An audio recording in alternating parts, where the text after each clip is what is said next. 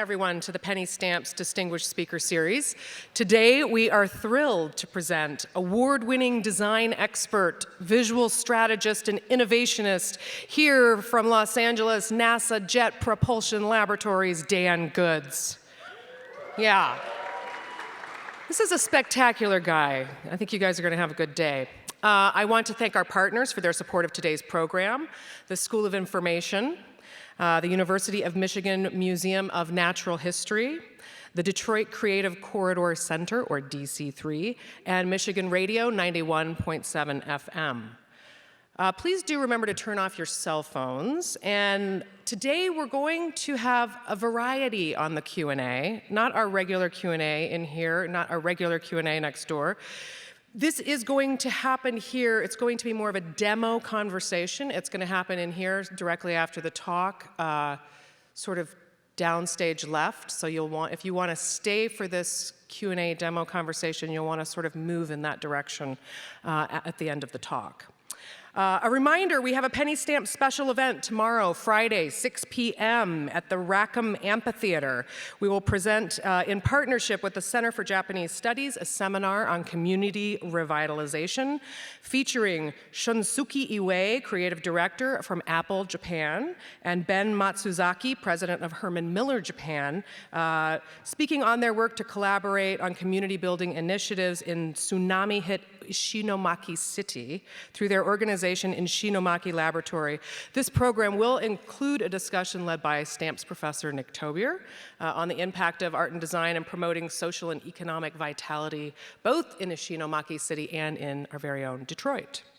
I'm super excited to present Dan today because this is within the season of Loom, and I think he is a great exemplar of our theme in terms of the aspect of bringing forth that which looms around us, as he has aptly titled his talk, Seeing the Unseen. His work affords scientists tools to communicate, bringing public impact to science, which is very fitting with our very own President Schlizel's priorities for the university. One of his initiatives in particular, in his words, positioning the university for perpetual excellence by encouraging research that addresses major societal issues and scholarship and creative work that promote understanding and enrich the human experience. In an effort to bring university resources to bear on the biggest challenges confronting humanity, he goes on to say, the biggest problems we face as a society don't conveniently set themselves up to be solved by one-source solutions. Problems don't know what discipline they are supposed to fall under. They are just problems. Dan, with his background as a creative, coming from art and design, finds himself now promoting public understanding of scientific innovation that are problems being solved today. I first saw Dan speak at a conference in California, which I attended with one of my dear University of Michigan colleagues, and we both immediately knew when we saw all the speakers of 3 days that Dan was the man we wanted to bring to U of M. So I've invited that colleague here today to give us a formal introduction of our guest, and she is a spectacular person in her own right. She currently serves on President Schlizel's cabinet, so to speak, working as advisor and strategic partner to him and handling a variety of presidential initiatives, including the President's Advisory Committee on Public Art. Prior to joining the President's office, she served for 12 years as the managing director of the Life Sciences Institute, where she was a great partner to this series and to the Stamp School. She has a breadth of expertise. Her professional training is actually as an attorney. And she originally served U of M as the university's associate vice president and deputy general counsel, taking the lead of the in-house role on the university's defense of its affirmative action policies. So she is a cross-disciplinary problem solver herself. Please welcome special counsel to the president, Liz Berry.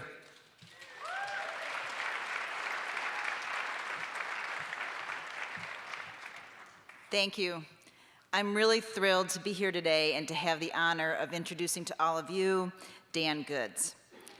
It may be cliche, but it is also true that we are living in a time of unprecedented scientific discovery and exploration. Whether that discovery is focused outside of our world into space and the cosmos, or whether it's focused inside into what E.O. Wilson has called the rainforest of the cell, Our capabilities, our passion, and urgent need for discovery have never been greater. Problems are more complex, and answers lie at the boundaries of our traditional disciplines, like art and science. And as our president, Mark Schlissel, says, and Christina quoted, problems don't know what discipline they're supposed to fall under, they're just problems.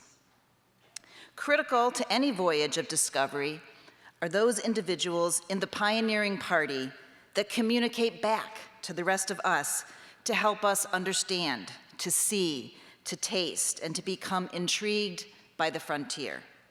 Think Samuel Champlain and his descriptions and maps of Canada and Native American life, Alexander Graham Bell and his recordings of the first telephone conversations, or Jacques Cousteau and his breathtaking and even shocking underwater images and films. Without these translators, the knowledge and the experience of discovery is limited to the few, and ultimately, society as a whole loses interest and even an appreciation of the value of exploration. Scholars and artists often play a crucial role in engaging us in the unknown. And this may be a special role and responsibility that we have in public institutions, like public universities and government. And that is why we are so lucky today to have Dan Goods here from NASA this evening. Dan's official title is Visual Strategist for the Jet Propulsion Laboratory of the National Aeronautics and Space Administration, where he has been since 2003. He's a graduate of the Art Institute of Seattle and received his BFA in graphic design and was valedictorian of his class at the Art Center College of Design in Pasadena. But to my understanding, Dan is more frontiersman, translator, ambassador, cartographer, and purveyor of awe. His work invites us into the mysteries of sound and light, time and space by making them tangible and beautiful and even lovable. He engages our minds and our hearts in exploring the unknown. I first came to know Dan's work, as Christina said, through a talk he gave at the EG conference in Monterey, and I will never forget the experience. His work completely bypasses our cerebral circuits and enters the self directly through color, dimensionality, texture, and movement. In short, like all great artists, he moves us to understanding. Society's confidence in public institutions and the work they do may be at an all-time low. More than ever, it is incumbent on us to engage the public in what we do in research, discovery, and artistic exploration. By revealing and reflecting back what we see and know, we have the opportunity to increase understanding and to generate hope and excitement for the future. Please join me in welcoming one of the very best in this tradition, Dan Goods.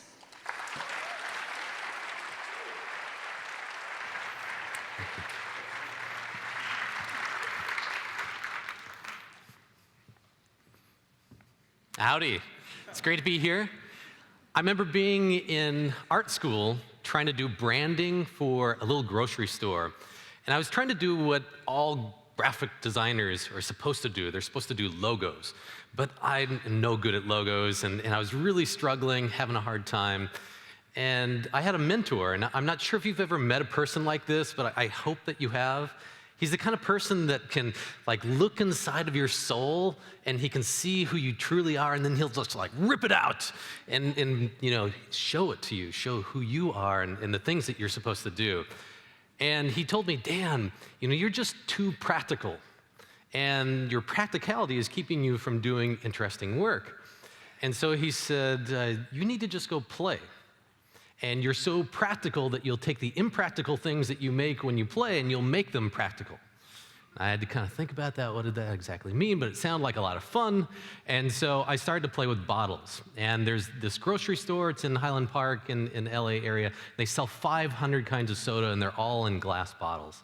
And so I started to kind of play around, seeing what I could do with them, kind of making little sculptures, lighting them up different ways, eventually lighting them from the back. And then I thought, oh, maybe you could stick them on top of this building. It was their building, and you could light them up in kind of fun ways. And I've just loved the way when you have a bottle and you blow on it and it makes a little noise, right? And so I was really curious, could I put them on top of my car and drive around and make music? And this didn't work. I don't know if you can see it there. It says does not work. It looks pretty cool, though. It was kind of fun. I didn't get pulled over by the police. And then I had my friends sort of push it around, see if it could work this way, and that didn't work. But eventually I got the right angle and the right distance, and it made this beautiful noise. And it go woo, woo, woo, woo, woo, woo, woo.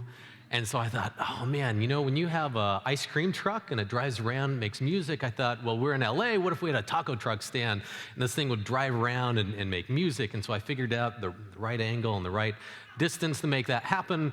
And I don't know anything about music, but I have a friend who has perfect pitch, and she went around all these bottles and made this music scale for me. And I didn't exactly know what to do with it because I don't know anything about music, but I thought, oh, wouldn't it be cool if I made a pipe organ out of these things? And it's great to see the pipe organ here.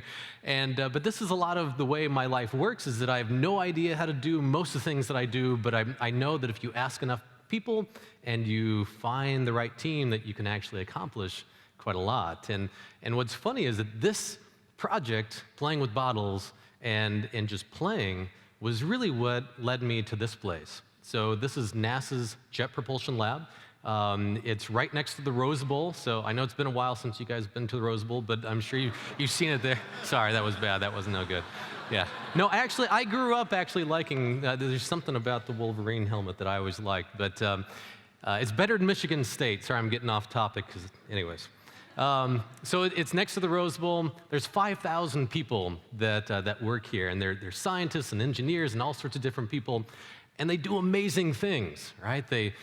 Most people don't know, but we actually study the Earth a lot. We have about 19 satellites that study our oceans and our land, earthquakes, our atmosphere, helping us understand our dynamic world. We have telescopes that look at stars and galaxies. They're far, far away, and many of you guys probably know of us from the rovers that landed on Mars.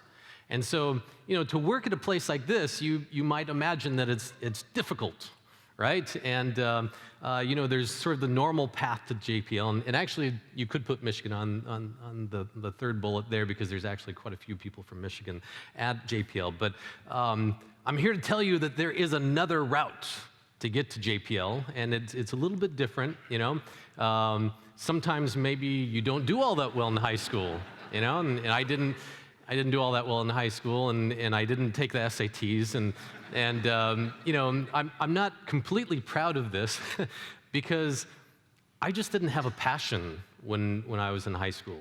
There's nothing I was really passionate about until later on, when I went to art school, and then I had this chance to intern at Caltech, and I was just fascinated, and all of a sudden I had this passion to be able to give moments of awe and wonder about the universe to the rest of us. And so I ended up getting a chance to meet the director at JPL, and I had 2 seconds to sell myself, and I said, wouldn't it be awesome to have an artist helping you brainstorm future missions? And he was like, oh, that sounds great, and he doesn't have very much time, and so he just turned around and left. I literally left, and I was like, ugh, so how do we do this? And he ended up sending me onto, actually, you know what, I missed one important note here. Let's see, is that you got to send the resume. Oh, actually, that is the next story. So he left, and I was trying to figure out, how do I get a hold of this person? And so I ended up, I'd been sending my resume not in a letter, but in next day air, because I don't know about you, but I can't throw away a next day air thing. There's something that human nature, I have to open it up to see what's going on. And so I wasn't around, my wife was. She went down to get one of these things, and they didn't have any small envelopes. They only had gigantic envelopes. But fortunately, she sent it anyways, and so he got this giant envelope, and he didn't know what to do with it. I kind of bugged him a little bit, and he sent it on to some people, and they brought me in, and they're like, you know, maybe you could do animations for us, because we're trying to do that, and you're an artist, you must know how to do that. And I was like, you know, I will do anything to work at a place like this. And this was a really important moment in my life, because I just graduated from Art Center. Art Center is super expensive. I had huge loans. We just had a baby. My wife wasn't working. I didn't have a job. She didn't have a job. What am I going to do? But instead of just saying, yes, I'll do that, I said, you know, this soda pop ball project, this is like what I'm really passionate about. So I took a risk, but he also took a risk. He kind of looked at that, and he knew that I'd worked at Caltech for a summer, so I must be, you know, somewhat okay, maybe not. And he said, well, okay, I'm gonna give you 6 months, and we'll see what happens. And so now that was about 13 years ago now, so it kind of worked out. And when I first got there, they really kind of let me do whatever I wanted, and they were working with missions that are looking for planets around other stars. And it's one thing to watch Star Trek or sci-fi films and see, you know, these other worlds, but we're actually finding them, and we're finding lots of them. And we're trying to find if there's a planet like Earth, you know, out there somewhere. And so far, we've found about 1,800 or so, 1,900. It keeps kind of bumping up. And so they would tell me all these big numbers. And if you remember from my background, numbers aren't my thing. And so I had to create some sort of experience for me to actually understand what they were talking about. So what you see here is this little black thing here. That's a grain of sand. And what's cool about being at JPL is I could take that little grain of sand to someone and say, can you drill a hole into this grain of sand for me? So that is a hole drilled into the grain of sand. So just stay with me here. So the grain of sand represents the Milky Way galaxy. So we live in the Milky Way galaxy. There's billions and billions of stars there. The hole is where, for the most part, where we've looked and found most of these planets. And we have like really primitive technology. So we're going to find thousands and thousands, 10,000s of more planets within that little teeny tiny area, let alone the rest of the galaxy. And then you would need 6 rooms full of sand to show all the other galaxies that we know about. And so I'd have these installations with a lot of sand and this under a magnifying glass, and you'd see the little hole, and you either think, wow, I am super insignificant, or hopefully you might also think that, wow, we actually are really significant. So that was one of the first projects I worked on. I was sort of on my own for a number of years, about 8 years. But I have the privilege now of leading a whole team, and we've just hired a 7th person. They have all sorts of different backgrounds. Some of them have product design backgrounds, some have industrial design background, others illustration, graphic design, advertising. And it's an amazing little group of people that we're sort of like a little skunk works there of creative ideas and helping out in various ways. And one area that is actually back to what I had hoped that we could actually be a part of is that left field is a room that we have where the ideas come out of left field. So they're like the very beginning brainstorming times at trying to develop a new mission concept. You know, are we going to go to this planet or that planet, do this or that type of thing? And it's a pretty fun, you know, feeling sort of place. And we work with them there, and we call this, we're not going to solve like their equations or something like that, but we are going to help them think through their thinking.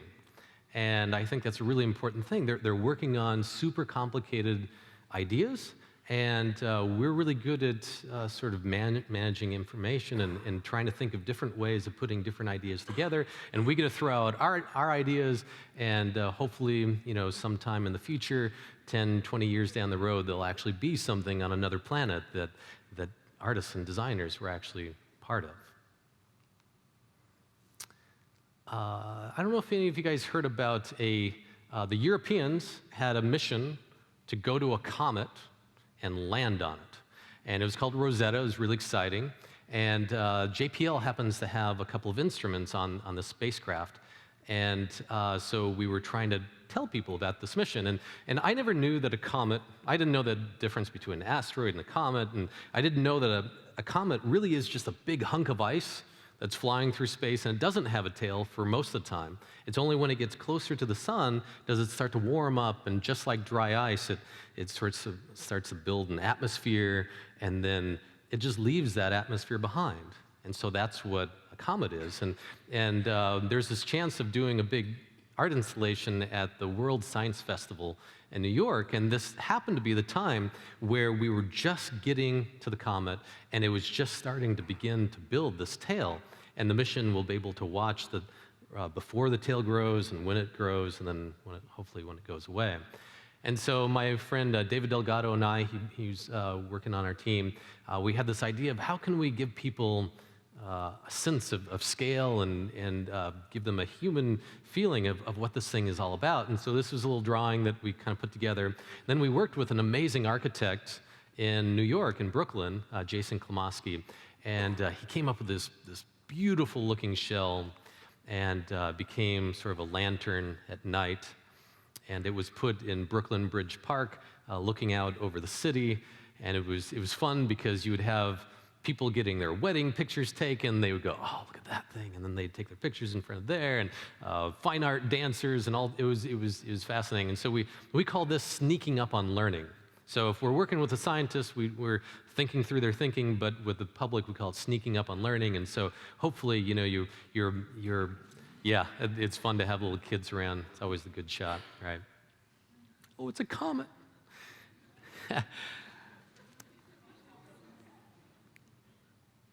She loves comets, yeah. So it's this idea of sneaking up on learning where we love to create things that are beautiful and mysterious, and you don't know what it is, but you know you want to know. If you go out and say, I'm going to teach you something, I always freak out, and I don't want to be around that. But if you sneak up on it, we think that's pretty fun. So there's a number of radio antennas that are around the Earth, and we call it the Deep Space Network. And what they do is they communicate to all the spacecraft that are beyond the moon, so in deep space, at the moon or beyond. And there's about 40 of them from all sorts of different countries. They're from NASA and from the European Space Agency, from the Japanese, from the Indians. A bunch of different countries have satellites. And all that information goes through one building at JPL. It happens to be this room right here. And it sort of looks like this control room, right? It's lots of fun. And I've always wanted to do an installation with this. And so we started to play around, and we came up with this idea of, what if we create this, think of it as like this is the pulse of exploration. It's really like a heartbeat. And what if we have lights, go up, and when the lights go up, that means that we're actually sending information at that moment. And when lights come down, we're receiving information. And the amount of information is represented by how much light you see. So if there's a lot of light, it's a lot of information. If it's a little bit of light, it's a little bit. And then you'll see the name of the mission that we're actually speaking to at that moment. So we have a live feed right from that room to the sculpture, and that's sort of what happens. And it's in the director's lobby. So when the director walks in to work every day, he can sort of see what's going on. Hopefully it's not blank, because that would be really bad.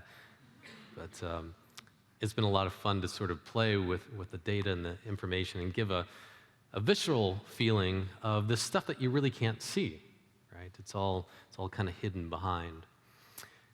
This is a very visual way of dealing with that, but I've always been interested in sound and how could you work with that.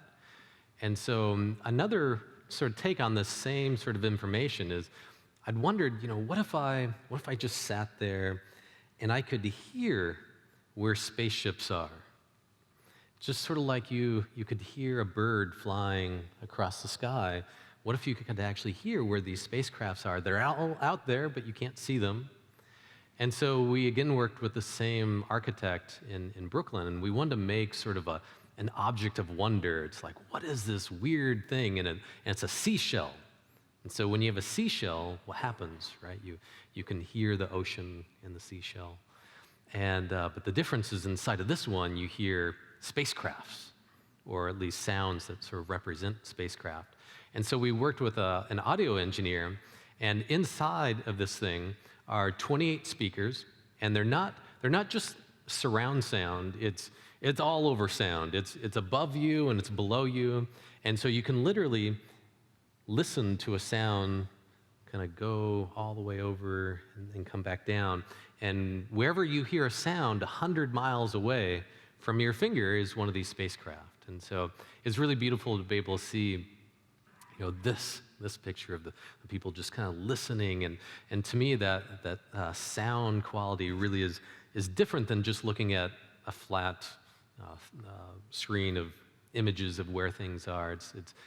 It's just a different sense that I really haven't been able to play with much, but is really a lot of fun to play with in this aspect. So being embedded with the scientists and engineers, not like way off in a corner somewhere as a service, but really being embedded, you get opportunities that maybe you wouldn't have if you were outside the system. And this was a great opportunity.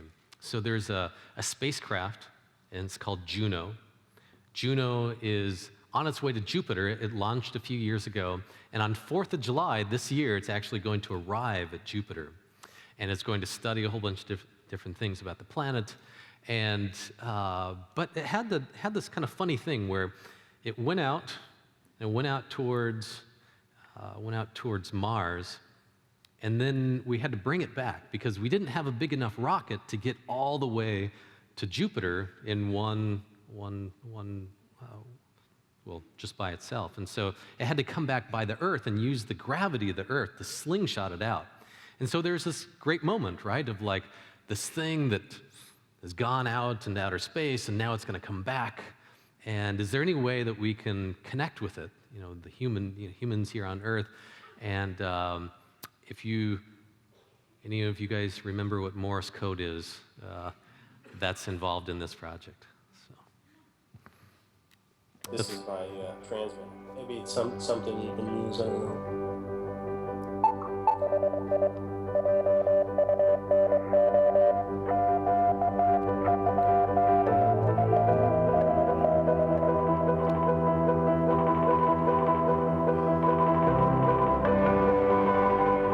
The Juno experiment is something that a group of us came up with. The biggest challenge we had was we didn't know if this was going to work or not.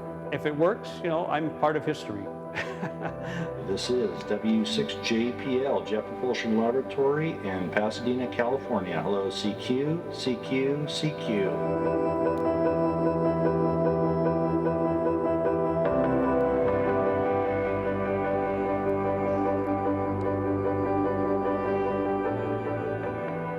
The Earth's flyby is Juno's way of gaining some extra speed, changing direction so that its orbit can take it to Jupiter. We said, what if we actually sent something to Juno? Basically came up with the idea that we could send Morse code to Juno, enlist the support of amateur radio operators around the world.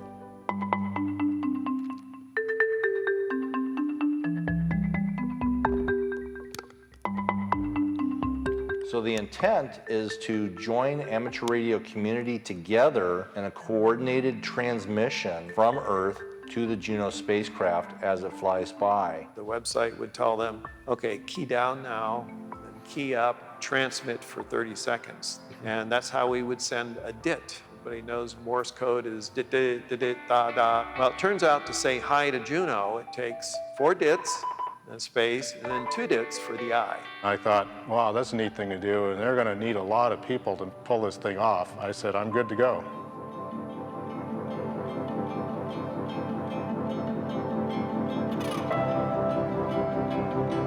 We're getting ready right now. Here we go. And now we are transmitting here.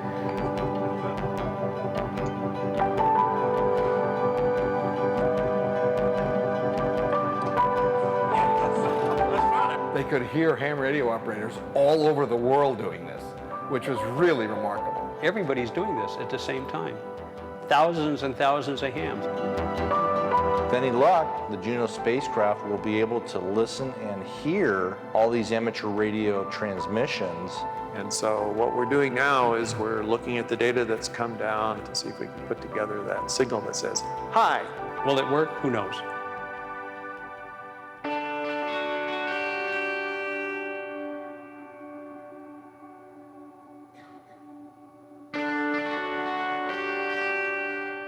I have the audio from Juno. I'd love you to listen to it.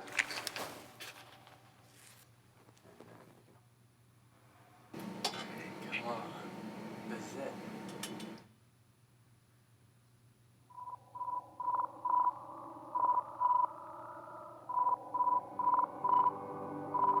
This sounds very cool.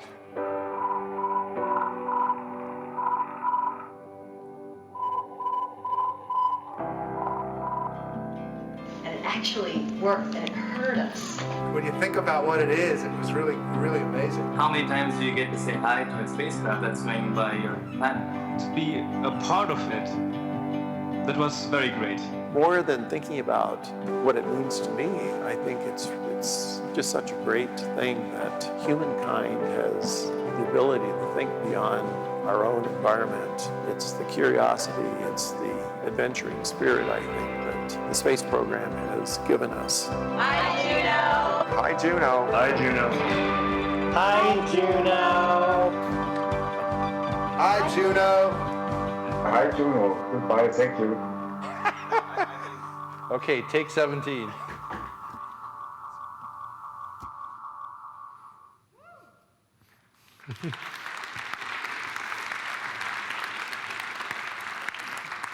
That was a lot of fun to be a part of, and being a part of government agencies sometimes can be a challenge. That actually happened. It flew past the Earth during the government shutdown. And it was illegal for us to actually touch a website or use social media, illegal to. So here's this thing, like we can't stop the thing, it's gonna come, and fortunately someone had put it onto a server to auto-start, the whole way of keeping everyone put together, and so fortunately that community is really tight-knit, and so it all worked out. But it's great to be able to have people around the world coming together to do something special, and especially when maybe some of us can't all get together and do something special here. But it's fun to be able to use some of the very first social media, so that was kind of fun. So that same mission, called Juno, it's on its way to Jupiter. I worked on this next project too. Let's see if I got there. So what you see is a giant cloud, and Jupiter is a big cloud. All it is a big cloud. There's no place to walk around on Jupiter. And so you walk into this room, and you're not really sure what's going on. You hear thunder and lightning, but just as people have to open up FedEx boxes, people love to take out their cell phone wherever they're at. And what they don't see is that there's actually a bunch of infrared lights underneath. And you can't see infrared with your eyes, but a lot of times your cell phone can pick up infrared. And so all these lights that are underneath of this cloud are synced to the thunder and lightning sounds, and so they'll all start to sort of feel like there's lightning that's underneath of the surface. It's a lot of fun to project on it, and making it, when you project on it with these lines, you get this really beautiful sense of fluid dynamics. Fluid dynamics are always beautiful, and then doing typography on a cloud is really beautiful. Every once in a while you'll see the name Juno sort of pop up.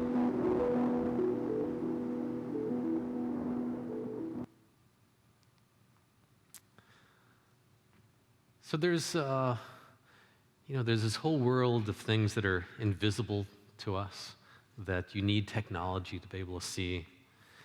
But sometimes it's not just like in the physical, natural world. Sometimes it's just like part of life. And to me, I like to think about this little chart. I'm not a big chart person, but I like this chart. So this, we all have passions and we all have skills, right? And some people are just like super passionate about things that they're no good at, right? And I don't know about you, but I mean, they think like, I would love to sing, but I can't sing, right? And so those are great to have as hobbies, or sing in the shower, or go do those things. But it's great to have passions, even if you're not all that good at it. And then there's other people that are like super passionate about things that they're super skilled in things that they're not passionate about. And I think it's easy in life, especially at this moment in life for people that are still in school, to sort of get on the pathway of doing things that you're just really good at, but you have like no passion at all. And sometimes that works out, but I know a whole bunch of people that have made a lot of money that are really good at something, and they had just like this big hole in their heart. But then there's other people, that are, passionate about something, they're pretty good at it, and then you want to work and work and work until, you can get to this area. Because this area is like where I feel like you're using your whole human potentials. It's where you're passionate about what you're doing, and you become really good at it. And I'm going to show you a little demo here about something that reminds me about this sort of thought. So can you come on out with the demo here? Everyone from NASA needs to have some sort of a demo, right? And it's a little sensitive, so they're going to bring it out here pretty soon. Let's see what else. I don't think I need this stuff right there.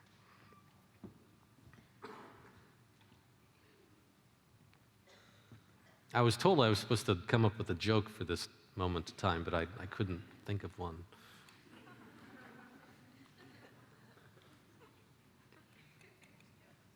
Yeah, thanks.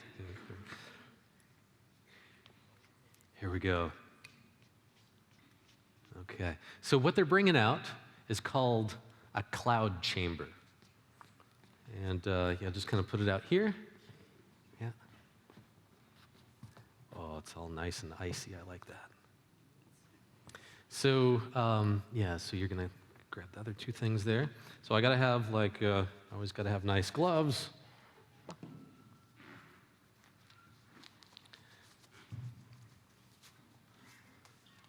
So what happens here is that I have a fish tank.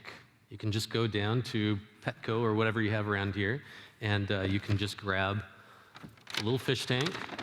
And then I have a piece of dry ice, and it's underneath of this thing. And that's why this piece of aluminum that's right here is super cold. So you can see that it's really cold there. And then I take isopropyl alcohol, and this is 99%. You can't use like the cheap stuff. It needs 99%. It's not, actually this is cheap, but it's not low quality. And then you put some down on the bottom, and then I have some felt up here, and you can come up afterwards and see this. And so what happens is that I have something super cold down here, and then this little hot water bottle, and I make something warm up here. And it creates a seal in here. And the seal, when it's lit right, and you guys can see afterwards, it does something amazing. So what happens, this is sort of like the TV network, right? So souffle, done. So, okay. Do you see this fog in there? So it looks like it's snowing or fog or whatever. And then watch for little streaks. You see these streaks, they kind of go, and they're just little tiny things. So those things, they have an amazing story, because these streaks are actually there because they've come from outer space. So stars explode, right?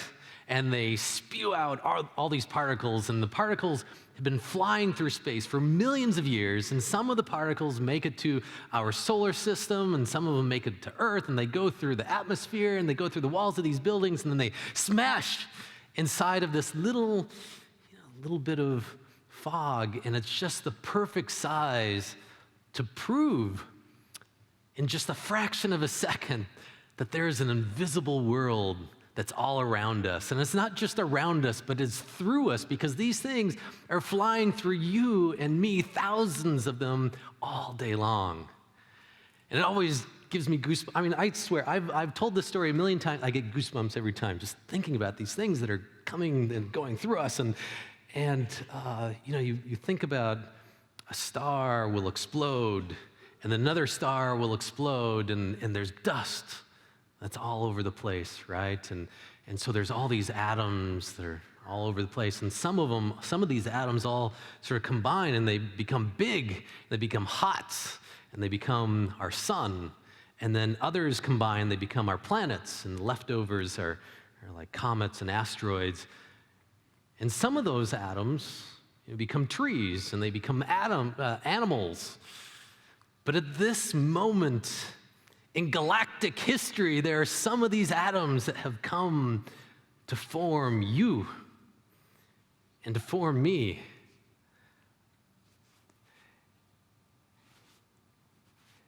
It's something to think about, and it reminds me what a gift and what a privilege it is to be alive. And when I wake up in the morning and I think about stuff like this, I just gotta go, I can't believe that we get to do this, and we get to be here, and we have this amazing playground. Thank you, guys.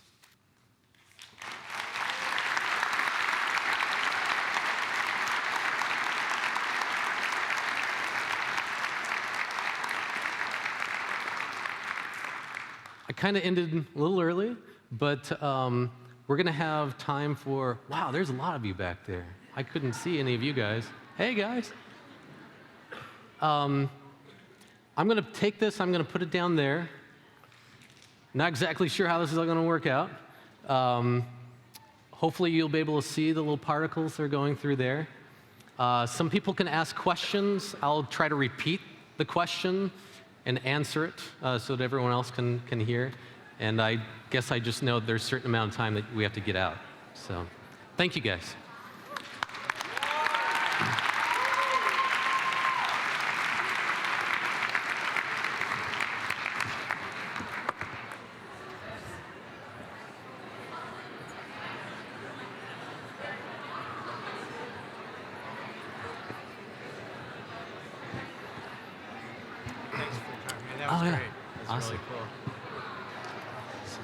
So folks, I know a moment of mayhem, but anybody that wants to come and be part of a Q&A and see if Dan can make this demo work, and you can see some of these, this Stardust yourselves. Awesome.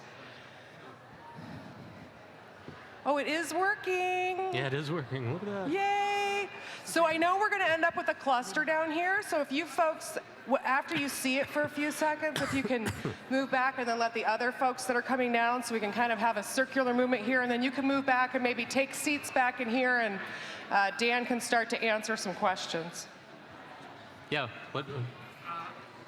I was suspecting that high Juno could have been done even when it wasn't so close to Earth.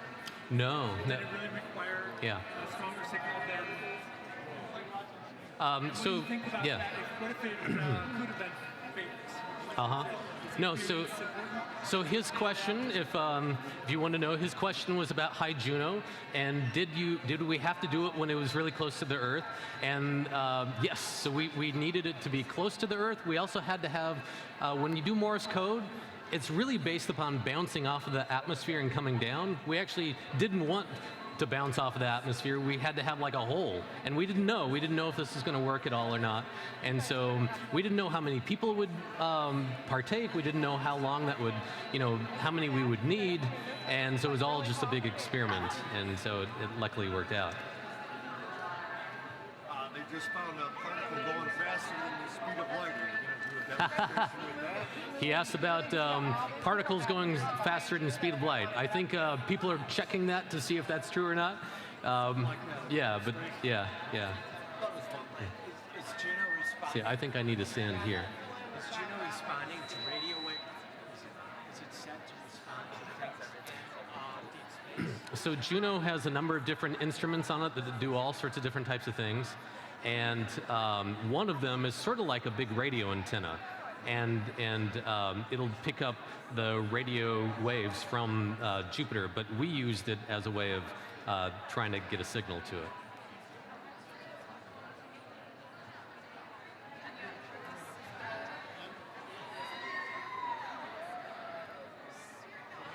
Yes? Do you know what the particles are that are... Yeah, so the particles in here, they're actually called muons. And so what happens is a particle comes through space, it hits our atmosphere, it interacts with a different particle, and then they come down. And it just so happens that this fog is the perfect size to interact with this. So what you're seeing is not the particle, you're sort of seeing the wave from it. So it's like when you have a boat that goes through an ocean, you know, and it leaves a wake behind it. That's sort of what it's doing right there. How fast are they traveling? I'm not quite sure, but I would assume, you know, very fast. Yeah. So how was cloud chamber discovered? I'm not exactly sure, but I know it's been around since like the 20s. And so they've been doing this for a while. These are not the same as, there's some particles that you have to build, like these things way down the middle of there, or, you know, way down below. This obviously you can do with a fish tank and a couple of different things. So.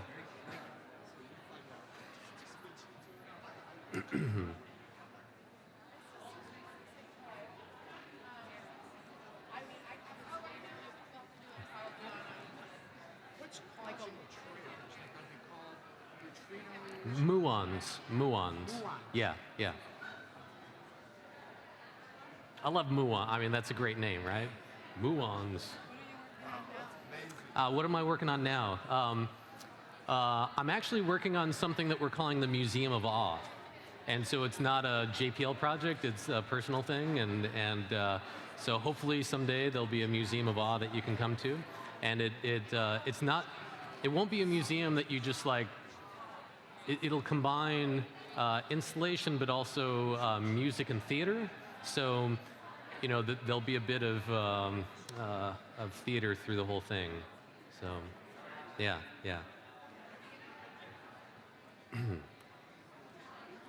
And just so most people know, I mean, the best spot to see it is from there. Sometimes you can see it from the side, but is it still all, you can see it pretty well? Do you see all the little streaks in there? Yeah, okay. So what we're looking at from up top is not what they're seeing?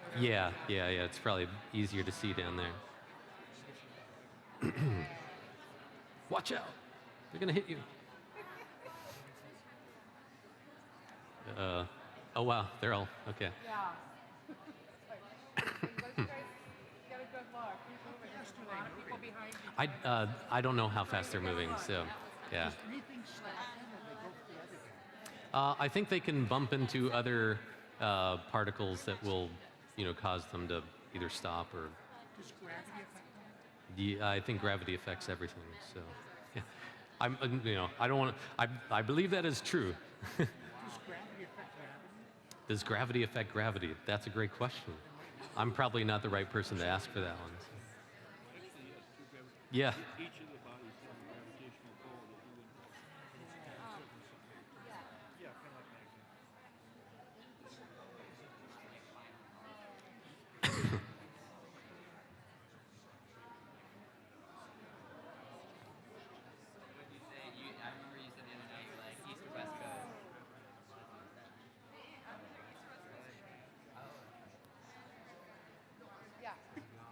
Good. So what kind of backgrounds do you guys have? I study English. English? Awesome. Cool. Spanish. We like Shakespeare. Oh, yeah? Oh, wow, cool. So I might be working with, collaborating with, you like Shakespeare, I might be collaborating with the, No, he's got I'm supposed to, yeah. Nobody cares. The Globe Theater, the music director and I are going to collaborate on a project. Oh my God, that's yeah. cool. Yeah, You got a question down here about Yeah. this guy does not understand what's going on here. So could you explain what's going on? I didn't quite understand. Yeah. Okay. So there's isopropyl alcohol in here, and there's it's sealed up, so there's nothing else getting in there. And so there's isopropyl alcohol that's up here. It's on a piece of felt, and then there's a piece of aluminum, and then there's dry ice underneath. And so what happens is that it's hot up there, it's cold down there, and it makes a gradient. And I'm just kind of parroting things that they say. But it makes this fog. And inside of that fog, the fog is the perfect size to interact with this particular particle. And so what you're seeing is the wake of this particle that flies through there. And they're flying through you. What are they called? Muons. Yeah, yeah. M-U-O-N-S. Yeah. And there's plenty of how-to guides out there. It's best seen from this side.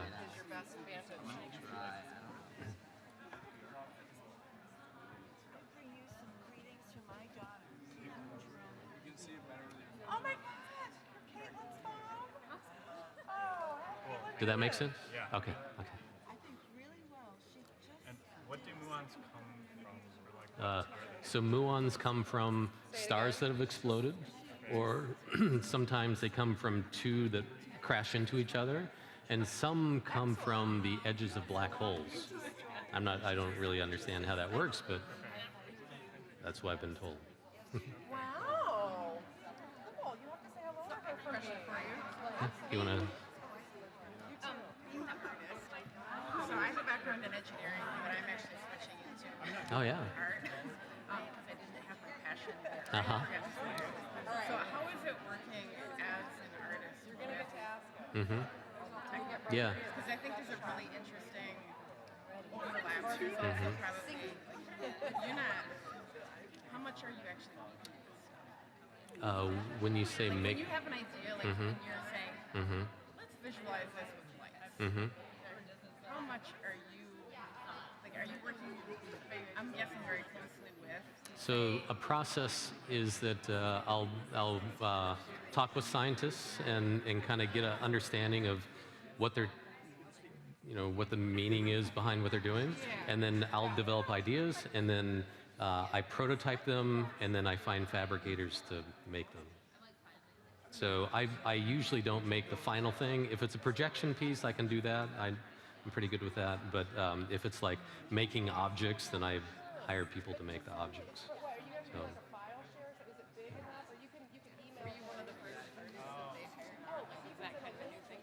Yeah, so they were not looking for an artist. They didn't like say, oh, we need an artist. Oh, there's one.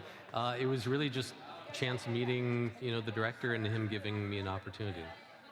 So it's a right place at the right time, and other people that were willing to, stick with it for a little bit and kind of see how this would work out. You can't just drop an artist into a spot and expect it to work out. You really have to have the support of people around you. And then the artist has to produce something, that everyone else, thinks is worthwhile. I know you got a question right here. Yeah. You want to come over? Yeah. Keep moving. How did the high Juno Morse code get interpreted by Juno as those musical sounds? Yeah, so the question is about high Juno and how did the spacecraft interpret the sounds. So what happens is it's collecting information on radio waves, and so it goes. It's like, oh, there's more radio waves, less radio waves, more, less, and then you can sonify that. So you can say this amount it could be volume. You could just go, okay, well, there's less radio waves and there's more, and so it's quieter and then it's louder. And so that's sort of what they did. Is they had what they could pick up was like this much, and what we were sending out was like this much. And so the wavelength. So we can only see this much of all the light there is out there, right? So we see the whole rainbow spectrum is right here, but there's like the whole light spectrum is this, and our eyes only pick that up. So they could pick up a whole lot of spectrum, but the Morse code is at a particular band. I can't remember what it is, with 220 hertz or I don't know, something like that. So you have all these people sending a sound at the same wavelength, and so we just kind of went along that band and said, okay, well, here's all the information he's picking up. Let's only look at this little tiny bit of it and then sonify it to where it goes beep, beep, beep, beep. And maybe I could, if you go look for high Juno, or if you just Google Dan Goods, you can find this stuff.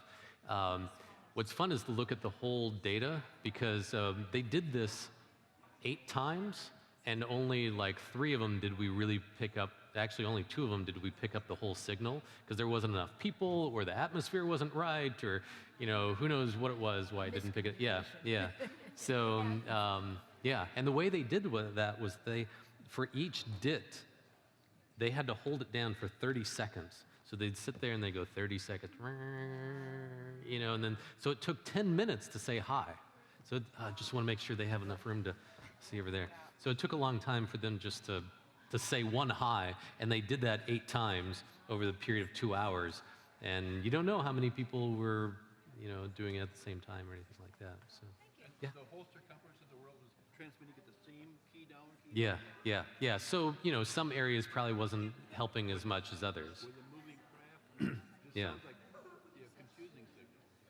Well, no, it's just like if you were humming, like if you were humming there and someone was humming there and 50 people are humming there, you know, you can hear them all, sort of, but you would hear more wherever you're closer, right? Oh, wow. But it didn't matter. All we cared about was that we heard something, right?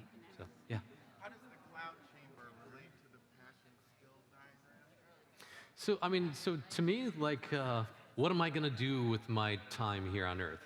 This makes me think about, you know, like, in galactic time, we're just here like this. So I want to make the most of it. Yeah. Hi, I'm currently in art design and astrophysics. What are these things? That didn't exist, you know, before. The kind of thing you do is something that would be extremely interesting. Do you have any advice for someone going into it? Yeah, I think you should find, there are scientists all over the place that would love to have someone working with them somehow. And if you have enough time to volunteer to help them, to kind of gain trust, that's a good way to start. You know, because you're not going, it's hard to, there's only, he's freaked out right there, yeah. There's not too many programs that are I mean, there are more and more. If you look at Leonardo, Leonardo is an organization that sort of sponsors and encourages art and science collaborations. And the guy who runs it, his dad was the first director of JPL, which is kind of funny. So you might look at some of those organizations. But yeah, you want to find people that that value what you do, and you value what they do, and if at least you can get in there for free for a little bit, that kind of starts the process, you know, and then hopefully you can be part of grants in the future. You know, so, yeah. Can you just briefly explain why that is happening the way it's... So there's it's a sealed container, and it has isopropyl alcohol in it. And we have some that are up here, some isopropyl alcohol. It's on this felt. It gets warm up here, and then it's really cold down there. And so what happens is that it creates this fog, and that fog is the exact size to interact with these particular particles. And so what you're seeing is not the particle itself, but you're seeing the wake of a particle going through there. What is it actually? Is it actually the moisture in there? Is it the alcohol? No, it's the alcohol. Yeah, there's some other things that you can use too, but this is like easily available and that sort of thing. So if you just... It's the trace of the Correct. Yeah, yeah, yeah.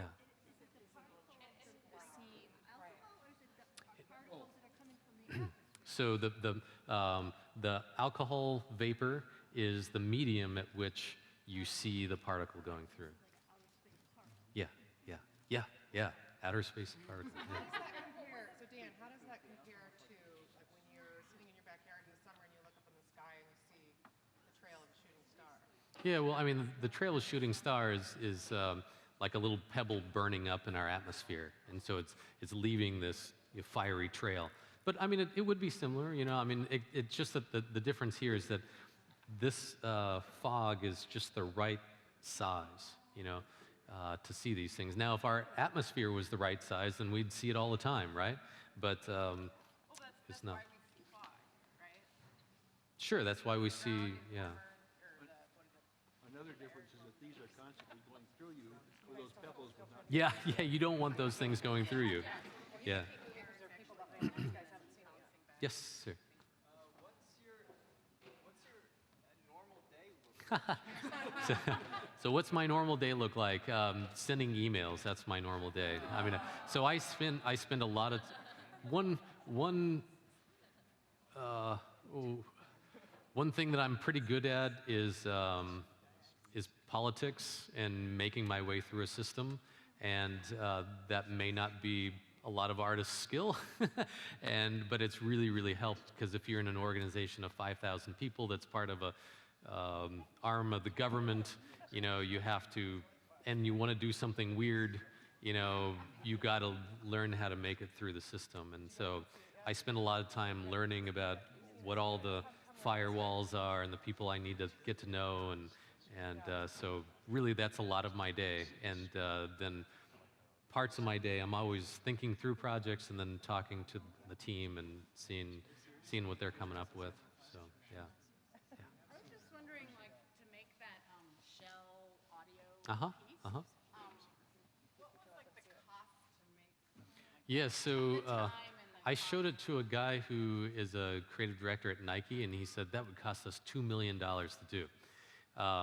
When you work for NASA, sometimes people will kind of do things like blood, sweat, and tears for nothing, and so really we did that for like $160,000. Like, you could never do that, right? And so people did it. Jason did that because he wanted to do something beautiful, and doing his normal architecture, he doesn't get to do something like that very often. And if you Google that now, Orbit Pavilion, it's all over. It's starting to get on all these design blogs and stuff, and he's getting a lot of credit for that. So.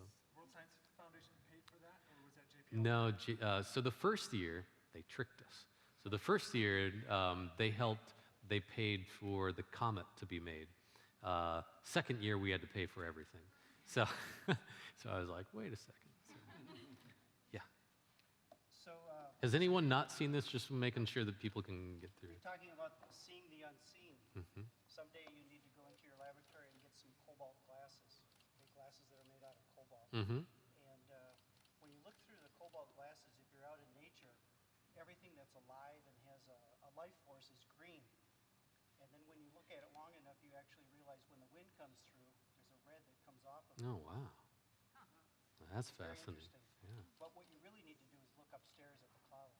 Stairs at the clouds? In the clouds. In the clouds. With the glasses on. It'd be a good project for you. Yeah, that sounds great. Yeah. Well, instead of things going away, things coalesce. And they keep coalescing, and then all of a sudden you start wondering about the unseen. Wow, cobalt glasses. I think that's going to be number first. Yeah. Where do you get cobalt glasses? Chemistry lab.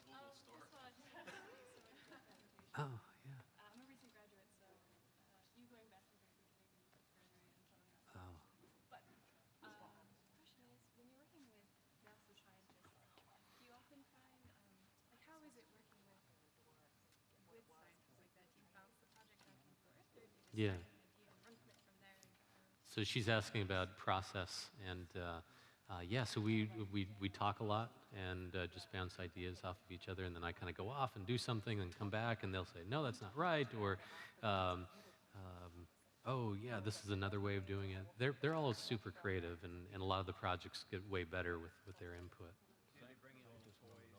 What's that? Do they bring little demos in? Do they bring demos? Sometimes, sometimes it's their lab or something like that, but I just love sitting down and having lunch and talking about stuff, so, yeah.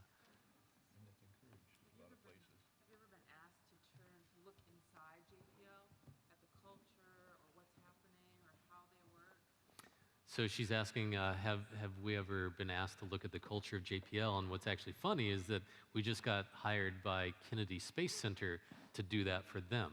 So not by JPL, but to do it for Kennedy Space Center. And so we kind of, a couple of people went out there, spent a week talking to everyone from the top person all the way down, and kind of, because they have a challenge now where they used to launch the space shuttle all the time, and that's really exciting. And now, who knows when they'll ever launch a NASA rocket from there, and so that's a culture shock for the people who've been there all the time. And so just kind of figuring out how can they keep people excited and because we want to send people to other planets, and so, but it's really hard when you don't see anything happen for years and years. You feel like nothing's going to happen. So are you in the middle of that project? So we did that and kind of gave them a bunch of findings, and then they start to think about it, and I believe we're going to start working with them again here pretty soon. But kind of going back to one of your questions about the scientists and stuff, and I was telling you about this earlier today about how I was kind of nervous because all these smart people and stuff like that, and I'd go to a meeting and I would think that there's all these smart people and I don't know what they're saying, and I'd leave the room and I'd ask the person next to me, so what were they talking about? And they would go, I don't know. And I was like, what do you mean? And then I realized that a lot of people didn't know what they were talking about, and so that was like a waste of time for everyone. And because they're all supposed to be the smartest person, so they don't want to raise their hand saying, I don't understand. And so I became, I'm like, I don't mind asking the stupid question, but that's what I found about the wisest people there were the ones that asked not only the technical question, but could look, big picture and go like, why are we even doing this in the first place? Because that's really important, because it's when you get really into something, and I'm sure you guys have all had this experience, you're totally into it, and you didn't realize that you went over here and you needed to go over there, and someone needs to say, why are you doing that? so those are cool. Yeah. Oh, I was just going to ask you, do you have any artists in residence, like temporary? So do we have artists in residence? Yeah, it's really been just permanent artists. So, I mean, I've collaborated with a few different people, but no, I mean, maybe someday we'll create an artist in residency program, but there's a chance that the city of Pasadena is really trying to rebrand themselves from the city of the Rose Parade to the City of Art and Science, because you have Caltech and you have JPL, and then you have Art Center, and the Norton Simon is there, and the Huntington Library, and so they got an NEA grant to pay for artists to come to Pasadena and then work in one of these places, and so hopefully that will start at some point, and then there'll be opportunities for people to come to do that. So. Does your team help the scientists work out ideas, or is your team mostly focused on translating that for the public? Yeah, so our team is really both. So there are a couple people, one person in particular, that her full-time job pretty much is working in that left field room, working on those ideas and helping them think through their thinking, sort of thing. And then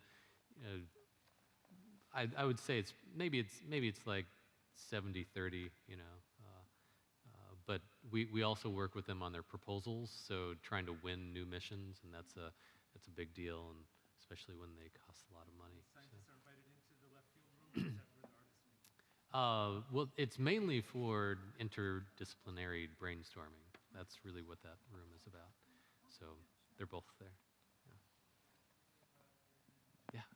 Was it kind of hard to make a case for the need for like creative visualization, or was there pushback against that, or were they kind of like, we've been waiting for someone? Yeah. A question about did people want this to happen? So really the director said, someone look at this guy, and he sent my resume to his sort of executive staff, and the person in the outreach area, who normally you would think would be the one to pick it up, he didn't pick it up. The guy who oversees 3,000 engineers picked it up, and then he sent it on to someone else. And so when the director and another big wig say, hey, look at this person, give them a chance, someone gave me a chance.